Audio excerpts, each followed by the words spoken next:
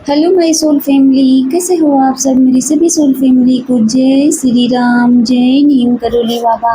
देखिए, भक्ति का असली मतलब सिर्फ पूजा नहीं, बल्कि हर कर्म में भगवान को, ईश्वर को याद करना होता है, याद रखना है। हमें लगता है कि बस हम सुबह उठ गए। मैं अपनी भी बात कर रही हूँ, मैं भी करती हूँ सुबह उठ के जल्दी पूजा, लेकिन हम लोगों को यही लगता है ना कि हम सुबह-सुबह उठ जाएँगे, 4 बजे उठ जाएँगे तो भगवान ज़्यादा खुश होंगे, 3 बजे उठेंगे तो और ज़्यादा खुश होंगे। नहीं, सब झूठ है। अक्सर लोग सोचते हैं कि भक्ति का अर्थ केवल मंदिर जाना है। हम सुबह उठे, मंदिर चले गए, भगवान खुश हो गए। बिना खाए-पिए अगर हम भगवान की भक्ति कर लेंगे तो भगवान खुश हो जाएँगे। कितने लोग सोचते हैं कि अगर हम पूजा छोड़ देंगे तो भगवान नाराज़ होंगे, अगर नहीं छोड़ेंगे तो खुश होंगे। कितने लोग सोचते हैं माला जपना, भजन गाना, ये सब भक्ति है, लेकिन सच ये नहीं है। क्योंकि ये सब माला जपना, पूजा पाठ, आरती करना, ये सब क्या है, भक्ति के महत्वपूर्ण रूप हैं। एक अंग है, समझ लो। जैसे हमारा बॉडी है, हमारे हाथ हैं, आँख है, नाक है, कान है, हमारे बॉडी के पार्ट हैं। तो ऐसे ही ये जो भक्ति है, ये सब उसके क्या हैं, हिस्से हैं, रूप हैं।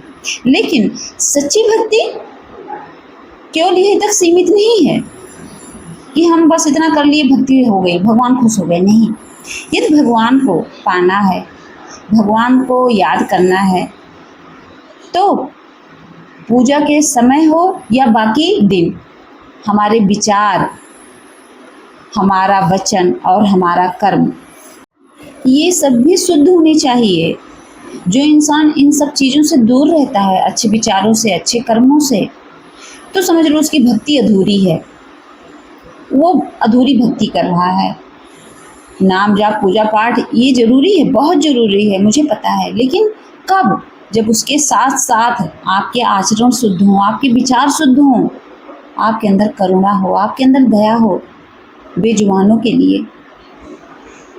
आप अगर अपने अंदर दया डेवलप नहीं कर पा रहे हैं, आपके अंदर दया नहीं आ रही है, किसी गरीब इंसान को देखकर आपको एकदम अंदर से नफ़रत सी आती है, आपको बेजुबानों को देखकर मतलब उसको डंडे मारने का मन करता है, तो समझ लो आप भक्ति नहीं कर रहे हो, आपके अंदर भक्ति आ ही नहीं रही है।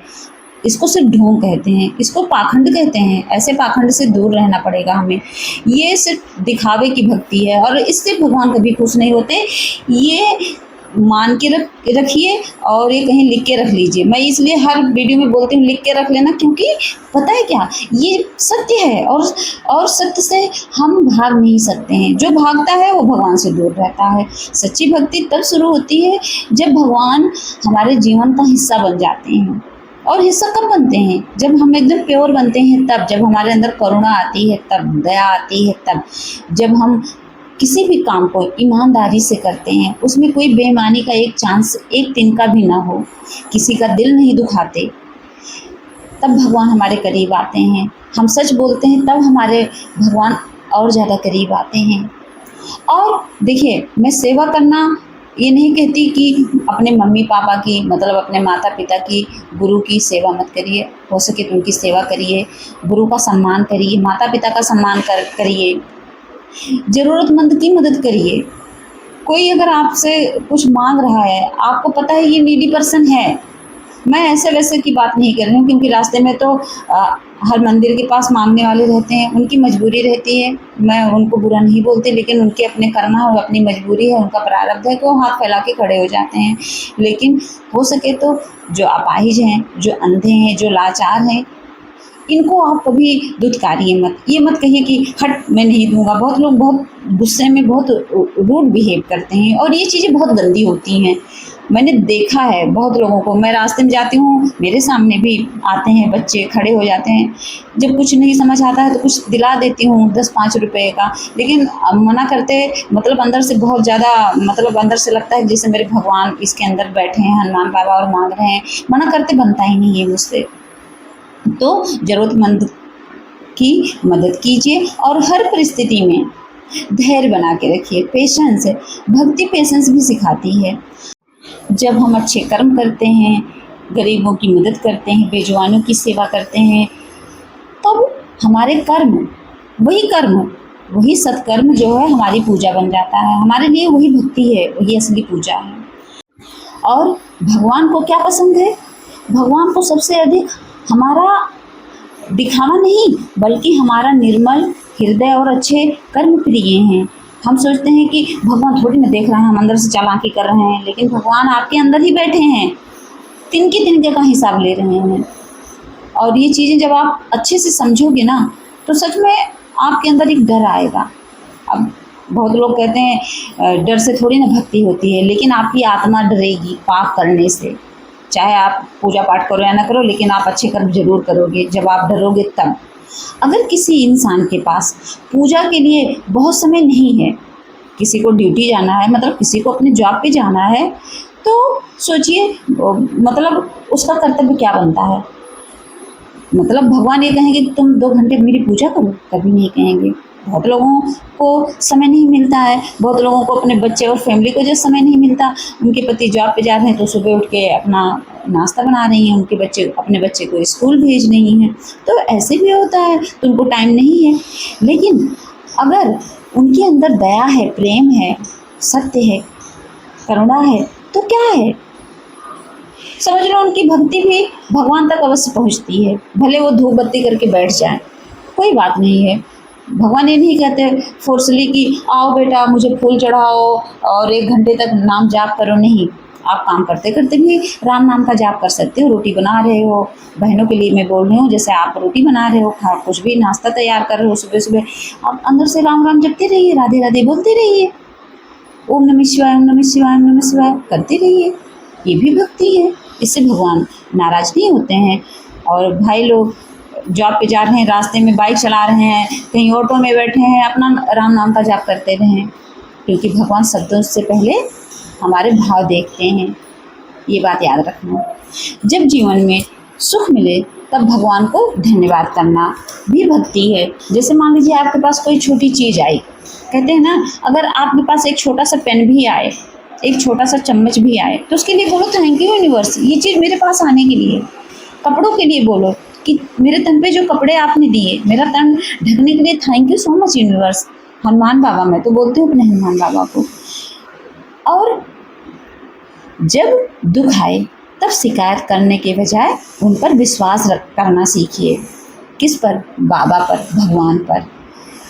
जब विश्वास बनाए रखेंगे तो भगवान समझ जाएंगे कि इसकी भक्ति सफल है। क्योंकि जब हमारा विश्वास टूटता है तो क्या होता है, हम नेगेटिव हो जाते हैं। नेगेटिव होते हैं तो बहुत बुरे बुरे ख्याल आते हैं, तो इससे हमारी आत्मा को तकलीफ पहुंचती है, हम परेशान हो जाते हैं। जब सफलता मिले तब अहंकार भी नहीं करना है। मान लीजिए आपको दुख मिला, खूब दुख मिला, उसके बाद आप सफल हो गए किसी चीज़ में, तब भी आपको ग्राउंडेड रहना है, अहंकार नहीं करना है। इंसान, बहुत लोग होता है उनका अहंकार ही ऊपर आ जाता है।